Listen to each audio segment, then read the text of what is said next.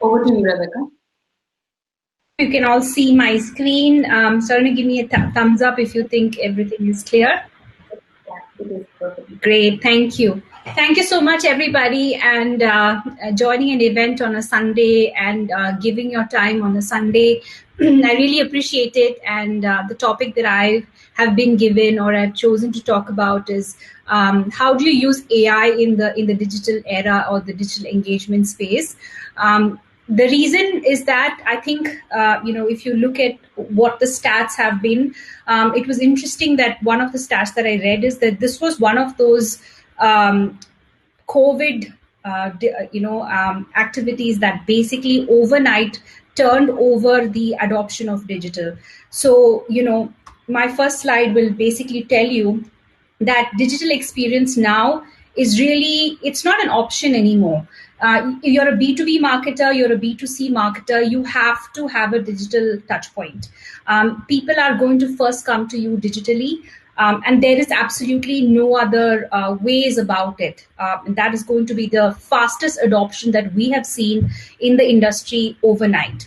And earlier we used to talk about how millennials were going to be the reason why we wanted to move digital, but that's not the case anymore. Your mom and your dad and your grandparents are now wanting to shop online, wanting to look up online. So you have to sort of be ready, not just for the millennials and the Gen X, but also for the generation that is above you. So how are you going to do that? And like I said, this is one of those things that basically saw an overnight adoption. So the conversation is really not about do you need to have a digital footprint. That is a taken you have to have, irrespective of what you're trying to sell or what you're trying to market. It's really now about how are you going to make that experience which you're going to give digital store-like. And that's really where you're going to be focusing on. And I'm going to tell you, or rather based on my experience, how digital can sort of help you get to that space. And that is really what I'm going to focus today. And also, how do you keep your customers engaged? One of the things that we have seen is that it's great to sort of bring people digitally, and then you bring them on, and then you give them broken experience. And it's not an aspect of one or two things that you do. It's really about how you do multiple things that's going to sort of drive your digital experience and how people are willing to be there or not. And also the favorite sort of slang that we all must have heard and we've represented and we've talked about is about this new normal. The new normal is a reality. We have accepted it. Our organization is really, work from home till the rest of the year. And then, we'll have a new policy starting after that. A lot of organizations have told people, you can work from home. You can choose if you want to work from home, if you want to come to work. So the new normal has just been accepted. And people are now ready to shop online. They're ready to look up online. They're ready to have you engage with them. So let's embrace this is the new digital way to move forward. And how is AI going to play a sort of a role, or how do you think about AI in your digital world? And that's really how you can talk about. Why you must be thinking, why is Rebecca going to talk about AI? The reason is that we actually have a product around this. So I sort of have a little bit of subject matter experience in this. Also, all of LogMeIn's websites, we are a product company, are all AI enabled. We have a chatbot. We actually engage with our customers through the digital channel. We have a try and buy method. We sell to B2Bs. So you can imagine that I'm also sort of looking at that. And that is why I sort of can come up here and talk to you today. And I hope this will be useful. So with that said as the context, let's move ahead on what a redefined engagement will look like digitally with the support of AI.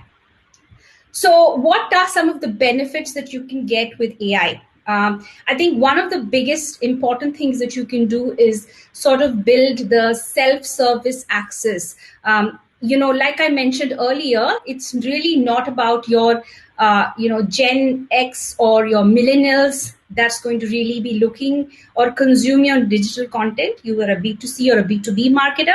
This is everybody now. So how are you going to create an environment which is going to sort of help everybody from all age groups to sort of self-service and self-access? provide different options, and how are you going to appeal to the different kinds of people that are going to come. And the biggest aspect and the most beneficial, and I'll show you with some case studies that I have seen, is how do you create this scale.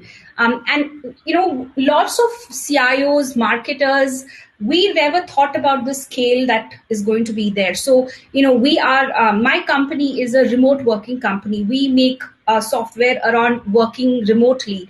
When COVID hit us, we did not expect the kind of volume to hit us. So that volume was not planned for this year. Nobody has the bandwidth to do it.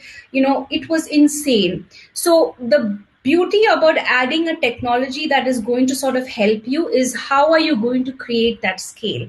We saw volumes of 100x of trialers trying our product, taking it on to do that meeting, taking it on to do that webinar. So that our website, our support, our sales team, where everybody was overwhelmed.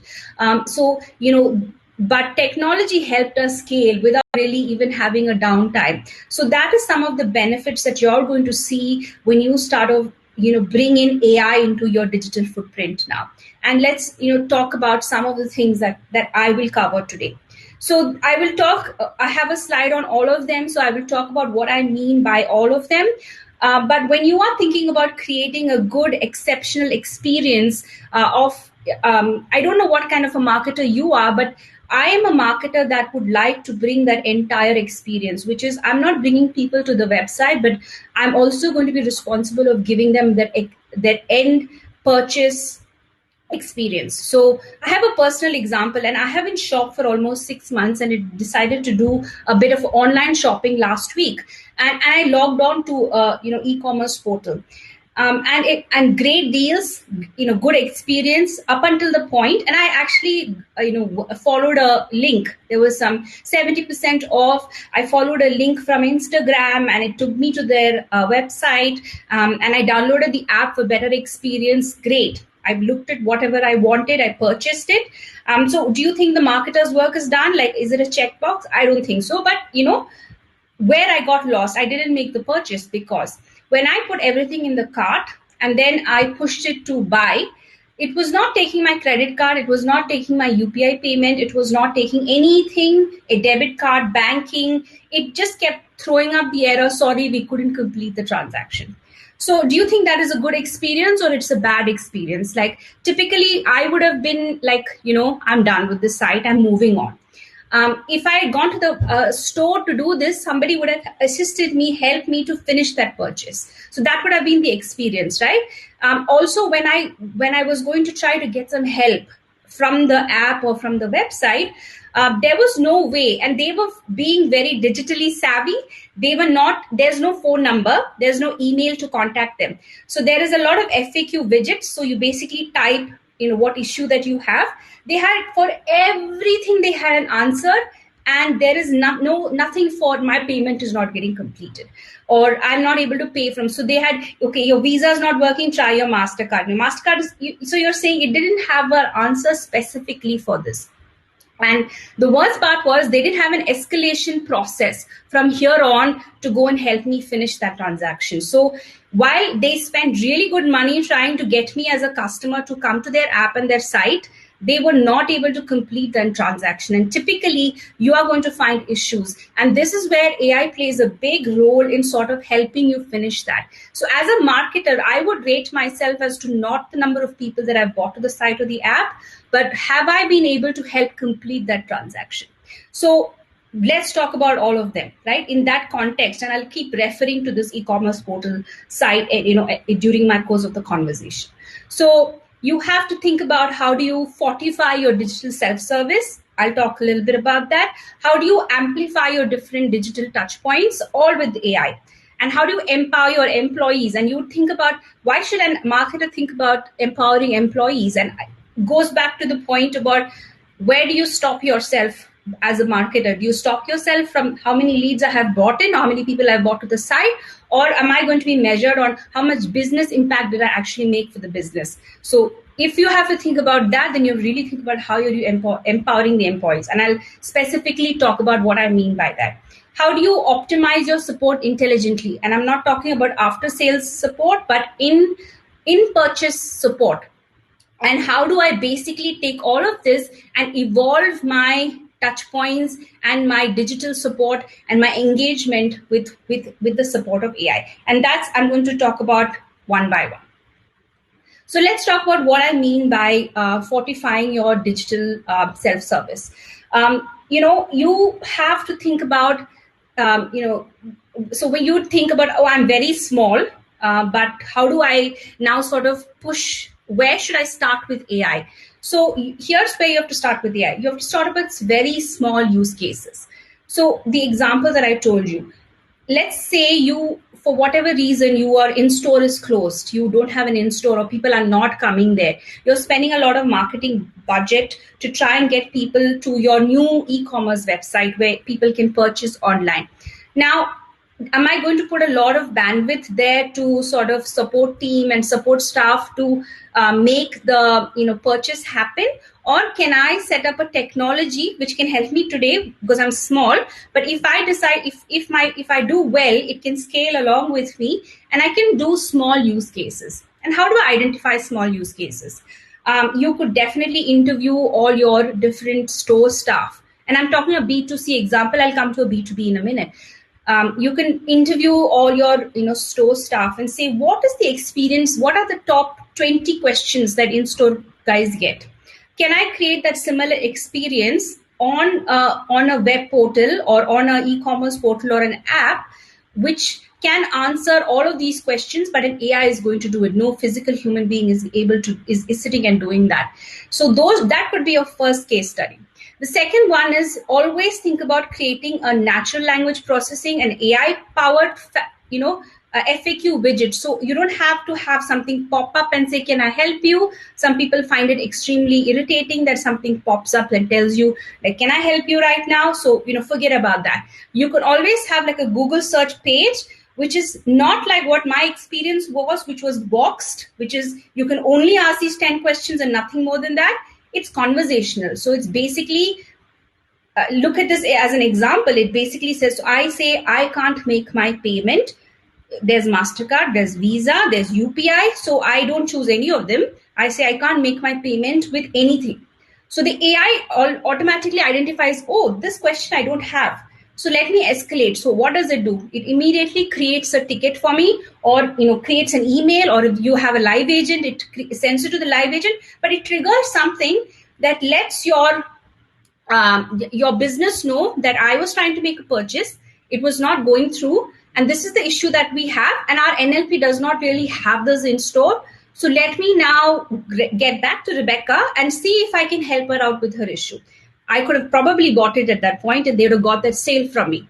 But that could be a simple use case that you could start with, which will sort of improve how you as a marketer are thinking about how you're impacting the business.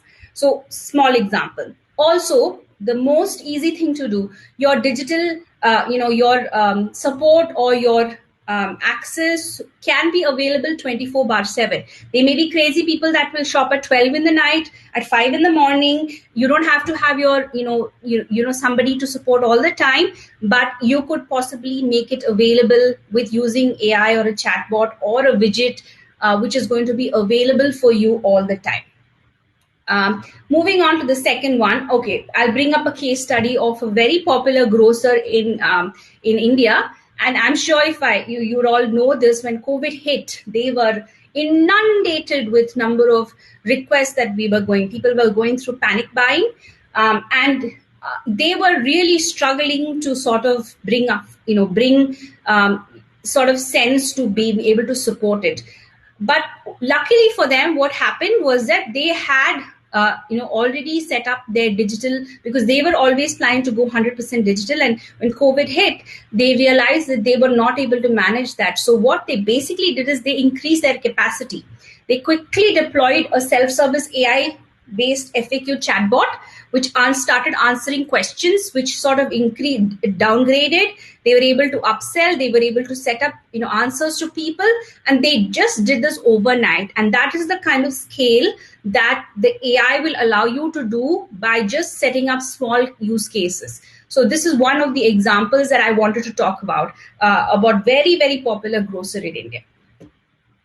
The other one I talked about, if you see in about how do you amplify your digital touch points. So, one of the things that I often hear in my when I talk about AI is that people always say, it's great, I can do all of these things, but people still want to pick up the phone and call. I agree, but you can have a way that you can proactively sort of divert people from here to your digital touch points. So how do you can basically in India people are still very want to pick up the phone and call. I guess that habit must have dropped a little bit, but with this whole situation and not being able to get through to somebody on the calls. But something that you can think about is really how do you set up an AI voice bot to divert people away from having somebody physically answer to them. Or you can have them set up proactive invites, you can suggest responses, you can also directly push people out to away from the agents to give them context driven activities. Let's presume my previous example of this e-commerce site. Let's say there was a chat widget there that I could conversationally have a chat with, and it was able to solve the issue. I would have been so much more happier and much more pleased with that experience, that I'm able to solve the issue myself. I would rather solve the issue myself. So that is something that you could also do with having an AI and chatbot, NLP driven chatbot in play, that you can actually push your content or push your people wanting to touch you directly through a digital channel. And also another, example I want to talk about, again, another global consumer electronics giant who basically during COVID shifted 100% of their workforce remote. And they already had everything in play. So I'm all talking about folks that have everything in play. But the biggest problem that they had is that their IVR was their phone support or their phone queries. I want to buy this, I want to do this, I can't get this, I want this offer. That was very, very high. So, they were not able to manage this volume. So what did they do? They immediately, quickly deployed something in play that was sort of able to improve their online sales and also have great conversions without really having people. Because not when you decide to go overnight to a digital footprint, you're not really going to be able to immediately transition everybody to have a phone at home which is going to receive your support calls or receive everything. So this is a good way for you to scale technology faster to support you, so that you don't really have to suffer the consequence of this inundated volume that you will get. So that is one of the examples that I wanted to refer. So empower your employees, and this I said, like, everybody would be surprised, like, why would you want to empower your employees? Typically, the reason is that and I'll talk about Harmony is the employees, whoever is going to be at the end receiving, all of these end sort of.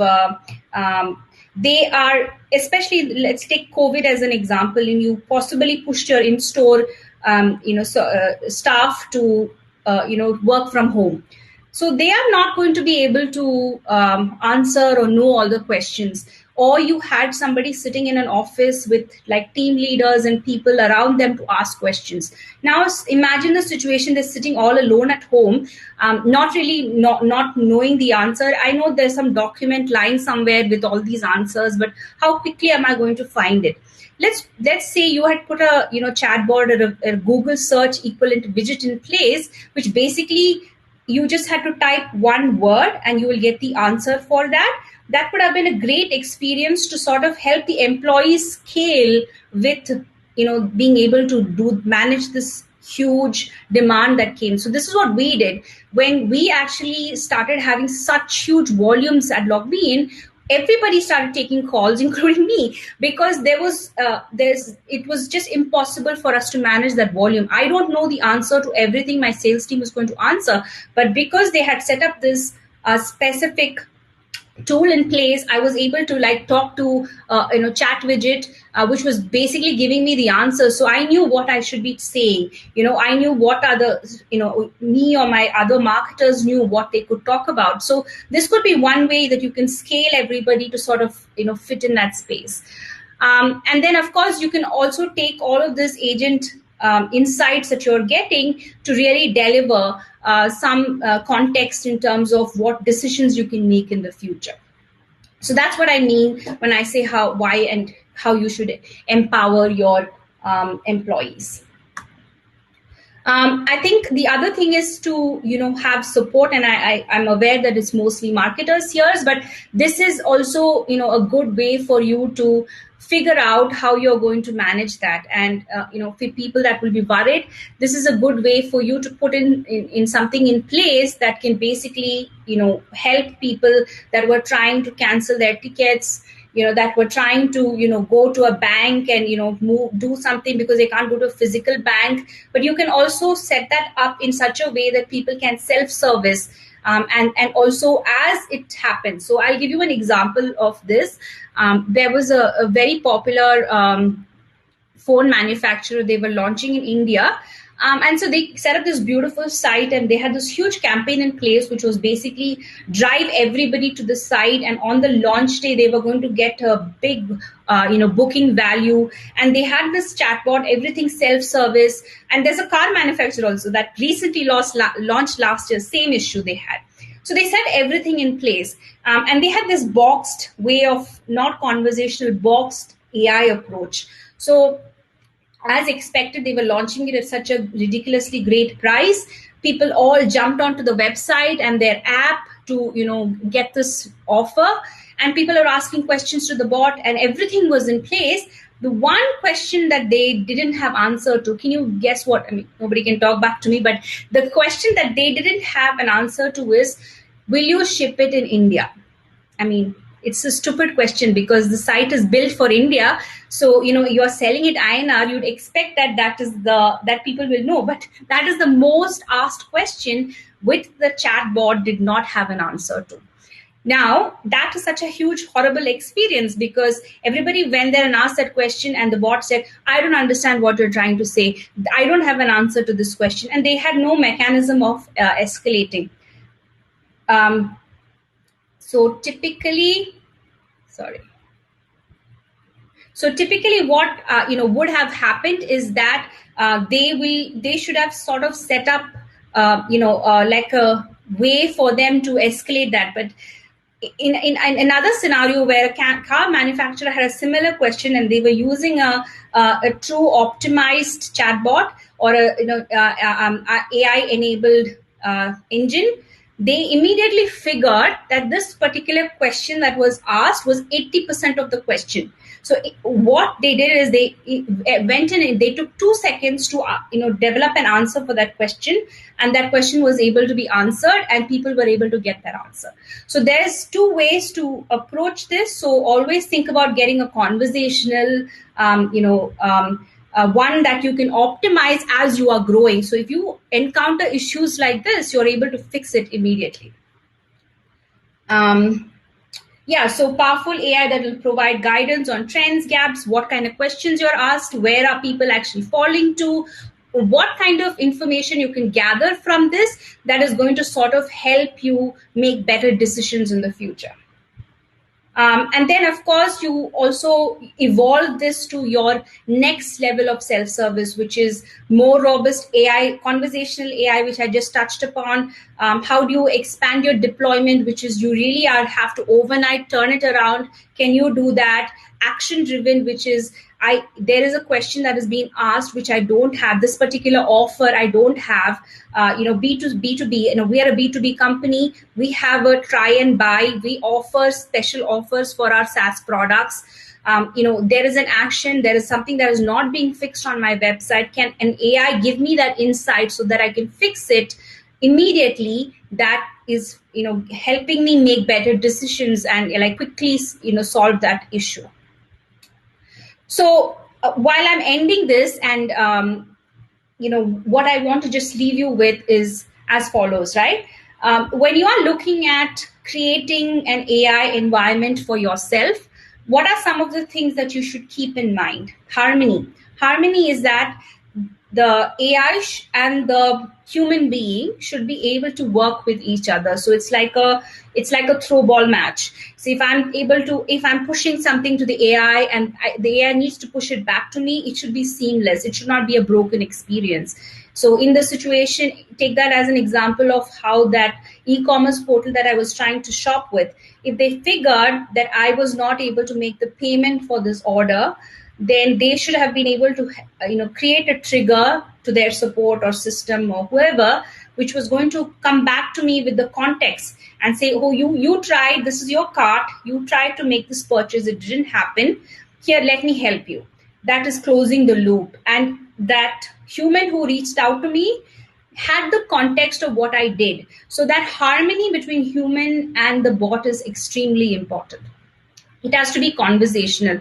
So when going back to the first slide that I talked about is really not your millennials that are using your digital portals anymore. It's everybody of all ages. So if you keep it conversational and easy, then people will adopt it more, and you will have a much more usability of that. So make it conversational. It should be able to give you knowledge and insight. So it helps you with all of these things, but it tells you where people are spending most of their time, what kind of questions people are asking, what colors of your product they're looking for, what versions of their product they're looking for. So you can take that to make independent and good decisions. It should be multi-channel, which means, it should work on all OS. It should work on every single device that you can think of.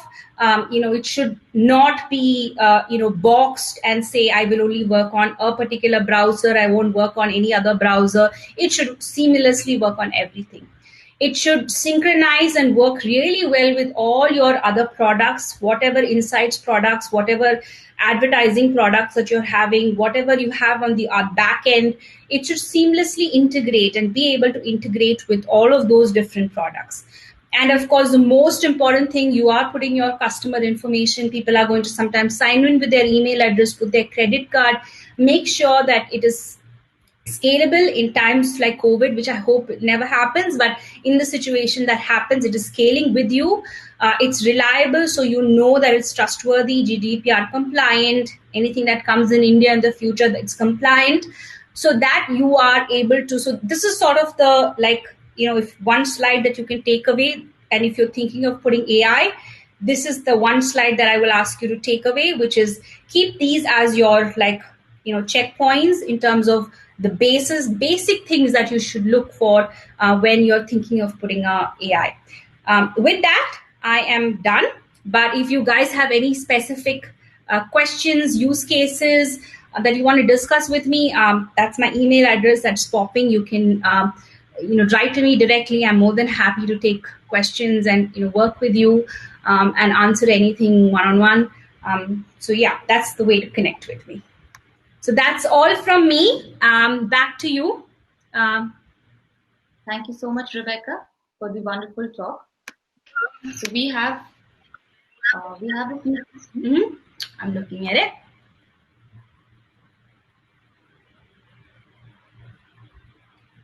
So the first one is by Neil Pandey. He says, how to make AI and chatbots scalable. It definitely works with limited audience, but in case brand wants to ensure the reach and volumes are high. Yeah. So Neil, so I think ICICI Bank is a good example because you're talking scale and volume. They have one of the most highest volumes in India, and they use a chatbot which is basically helps them scale. And they have customers of all kinds. Like they have the very tech savvy customers, but they also have people from the rural that are not, that still pick up the phone. So they are able to make it work. If you actually work with a SaaS, chat provider, they should be able to scale for you.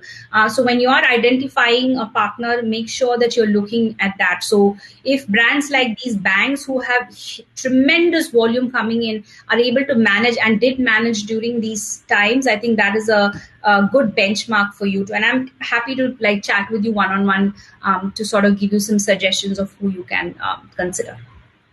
Right. So I hope that answers your question, Neil. And the next is we have another by Samay. Says that generally all chatbot solutions out there are quite scalable. Yeah, he's answering that question. Yes. Okay. So considering the solutions in the market with ML and NLP can be costly, is there still a market for cheaper options of chatbot? Of course. Yes, of course. We live in, I don't know where everybody else lives in, but I live in Bangalore, and this is the Silicon capital. And there are plenty of providers that do all the way from very small options for you. So, again, I don't want to name any brand, not even my own brand, I don't want to name, but there are various options for you to start very small for startups, but also somebody that is looking like L'Oreal. If you're looking for, very high volumes, then there are options for you to even cater to that. There are voice bots. So if you are not able to convert your customers coming from like the phone channel, then you can think about putting a voice bot. You can also look at putting a video bot. So there are multiple options available. To answer your questions, today there are many alternatives available. Okay. And I don't want to endorse anybody specifically. So I'm happy to take that separately for you if you want. For B2B startups, SaaS startup, where do you think we need to start with small chatbot and up and scale? So it really depends on, I hope even if you're a B2B SaaS startup that you have a digital mode, because you're creating content, you're pushing people to read your content. I hope you are, have like a blog or something like that, which is actually driving people to read your content, which also is going to improve your SEO in the future for your site. So if you are getting people to your site and you're directing people through your site and you feel like somebody is reading something specific, you could have an interactive bot, which is basically conversational. It can answer questions like, if it's thinking aloud right now, not really thought out, but it pops up and it basically asks a question. I see you're interested in this. Can I answer some questions for you? So you can have some conversational bot starting there. It can increase your engagement, could probably generate some inbound leads for you. That's an option that I can just think on the top of my head, Dana. So there's another question. These days when customer service is going omni-channel, some using WhatsApp for customer engagement, some using email, some using website chat. What is the scope of integrating every channel and have a common UI? Again, to answer your question, so I know my brand does that. So we integrate with everything. We integrate with, like, if you have a Facebook page, for example, and your Facebook is where your customers are coming to you from, it integrates with that. If WhatsApp is where your customers are coming from, it integrates with that. But I get I talk to a lot of brands, and when I buy something, I get this information, which is a one-way information, which is your order is so and so number, it is being shipped and everything. They are pushing stuff to you, but I can't talk back to them. But you could definitely have a bot which is going to have a two-way conversation, even on chatbot, the business account, which is basically going to say, you can ask when is my order being shipped, or let's say if you know me and I have logged in from my email address, that I went and I put something in the cart, you can reach out to me proactively. You can ask me that question previously, can I reach out to you proactively? And I've not purchased my cart, I've not converted my cart. You can have a conversational chat with me if I've agreed on WhatsApp. And that could be a two-way chat and conversational. So that could be an space where you can put a bot in place. But again, these things are completely available today in the market. Right. I think we are done with the question. Okay. And I mean, you saw my email address. Feel free, if you have any specific use case that is specific to you, I'm happy to talk about it. But there are lots of brands, and I can do that one-on-one. but I just don't want to endorse anybody right now. Thank you so much. Thank you, Rebecca, for the wonderful talk. Thank The you. next step is